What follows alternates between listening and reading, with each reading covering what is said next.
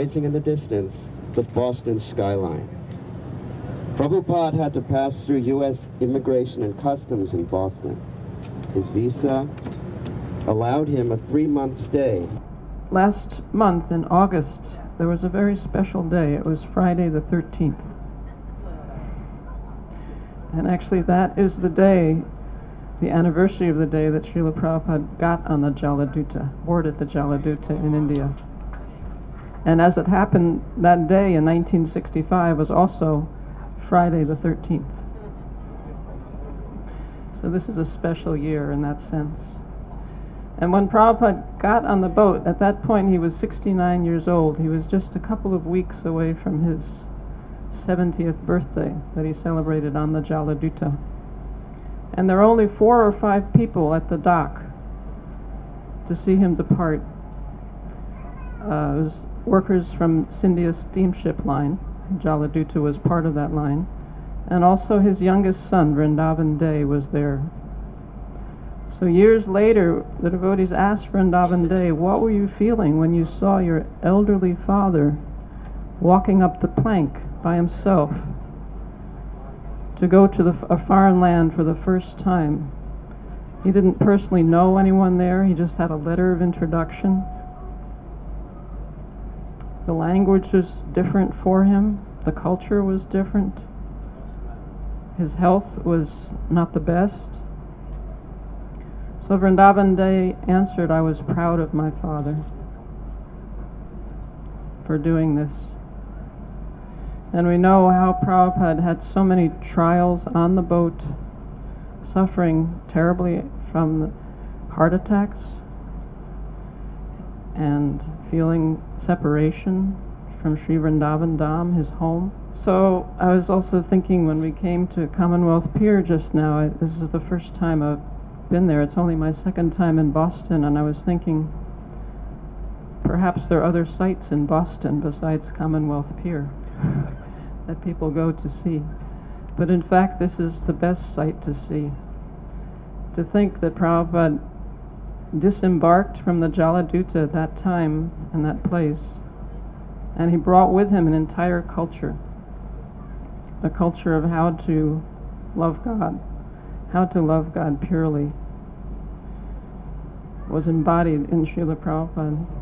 And when I saw Srila Prabhupada, of course I kind of wanted to see something special, but I saw, by Krishna's mercy or whatever, I saw the most beautiful thing that I've ever seen anywhere. There was like no comparison. Like I was hoping I'd see him a little different. There was no comparison whatsoever to anything I've ever seen before. I again said the same thing, Srila Prabhupada. I thought I would like to study under your Ayurvedic doctor. I had gotten a degree in biology, and I thought I should use this in Prabhupada's, in Krishna's service. Prabhupada looked at me and he said, Western medicine is very advanced. So I felt I was speechless. It's like he took the foundation out right from under me, the whole argument. And I couldn't,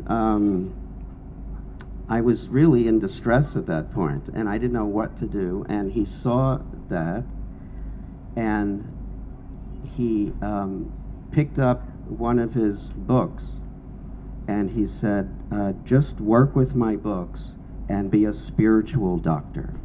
There was a tons of devotees in the temple room. And so I was at the back of the temple room, actually. I was kind of thinking about what I had just experienced with Srila Prabhupada. And somebody said, Prabhu, look, Srila Prabhupada's calling you. So I said, I looked around, and the devotees actually went like this, and I saw Srila Prabhupada saying, come, come, come. And so as soon as I got up there, I was kind of timid. I was kind of, I don't know what to expect, you know. And Srila Prabhupada said, you lead. And I was shocked. Everybody was, all these big devotees were there, and Prabhupada expected me to lead the kirtan. You know, I didn't even know how to lead kirtan. I couldn't remember what the kirtan was. All I know, Prabhupada was smiling, so I was happy. What's really important is that everything that Prabhupada said has come true. Once upon a time, Prabhupada said that the Soviet Union would become a very religious and Christian conscious and Christian place. And this was at the height of the Cold War, where the United States thought we'd be attacked by the Soviet Union, nuclear attack. Yet today, what used to be and the devotees were all going, how is this? What in the world is this? How can that be? They are like communists, bad. Today, in those eastern ex-communist countries, there's more than 40,000 initiated devotees. So, and another thing that Prabhupada said, once upon a time, all the devotees, they were in anxiety over spiritual anxiety. Well, we didn't get to know your spiritual master, Bhaktisiddhanta Saraswati Maharaj here. He said, the grandfather is more merciful to the grandchildren, which would be everyone here. The grandfather is more merciful to his grandchildren than the father is. And I asked him, what will please Krishna? And Prabhupada asked me, are you distributing my books? And I said, yes, I am. And he said, that is pleasing Krishna.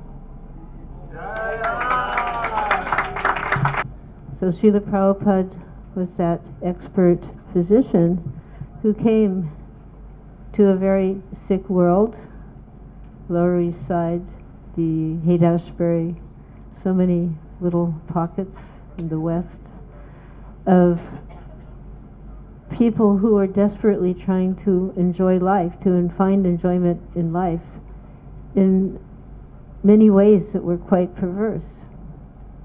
But he was not condemning and not judging these people. He was acting as the expert physician, administering the unlimited mercy of the holy name on behalf of Lord Chaitanya. And in one instance, I had brought a friend who I felt this person really needs this. And if I bring her to Prabhupada, she'll understand. But unfortunately, she couldn't understand. And she was trying to explain to Srila Prabhupada how one could reach God through drugs and sex, mostly through sex. And Prabhupada was trying to explain to her how this was not really the way it worked. So after 3 attempts, where he very, very kindly, he didn't raise his voice, he was really giving her compassionate mercy, but she couldn't get it. And so he looked at her and he said, I have only brought one medicine. Please take it. And he picked up his kartals and he began the kirtan. Hare Krishna, Krishna Krishna, Hare Hare.